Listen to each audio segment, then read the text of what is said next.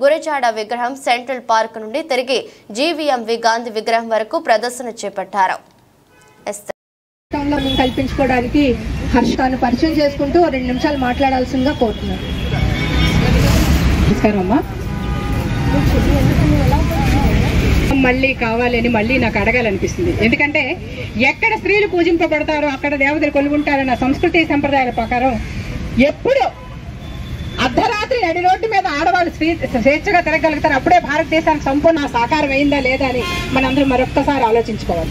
ఎందుకంటే ఈ రోజుల్లో జరుగుతున్న అఘాయిత్యాలు, ఆడపిల్లల మీద జరుగుతున్న అఘాయిత్యాలు కానీ, ఆడపిల్లల మీద జరుగుతున్న దౌర్జన్యాలు కానీ, ఒక నిర్భయ, ఒక దిశ, ఒక ఆయేషా మీద, ఒక నాగ వైష్ణవి, ఇంతమంది అమ్మాయిలు తమ అసువులు బాసినప్పటికీ కూడా ఇప్పటికీ కూడా ఇంకా మన చట్టాలేని చుట్టాలు వేసినప్పటికీ కూడా ఇంకా స్త్రీలకి పట్టపగలే నడి రోడ్డు మీద నడవలేని దుస్థితిలో మనం ఉన్నామని సిగ్గుతో మనందరం తలదించుకోవాలి. ఎందుకంటే భర్త మాత సాక్షిగా, తెలుగు తల్లి సాక్షిగా అనాది నుంచి మనం అందరూ కూడా స్త్రీ శక్తులు పూజిస్తూ, అమ్మశక్తులు పూజిస్తూ మన సంస్కృతి సంప్రదాయాల ప్రకారం స్త్రీలు గౌరవించే సంస్కృతి సంప్రదాయాలు ఉన్న మనం ఇప్పటికీ కూడా ఇంకా స్వాతంత్రం వచ్చి 78 సంవత్సరాలు అయినా కూడా పట్టపగల నడి రోడ్డు మీద నడువ దుస్థితిలో ఉన్నామని మనందరం కూడా సిగ్గుతో తలదించుకోవాలి మరొకసారి చెప్తున్నాను.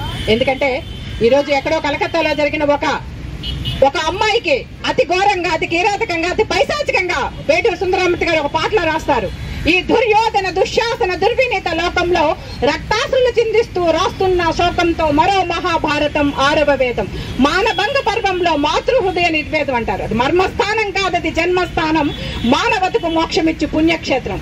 అలాంటి మర్మావ్యాల మీద అతి ఘోరంగా, అతి కిరాతకంగా, అతి దౌర్జన్యకరంగా ఒక 5 నెలల పసిపాపకి ఈ రోజు మనం ఎక్కడో కలకత్తాలో జరిగిన ఇష్యూ గురించి మనం అందరం ఫైట్ అవుట్ చేస్తున్నాం.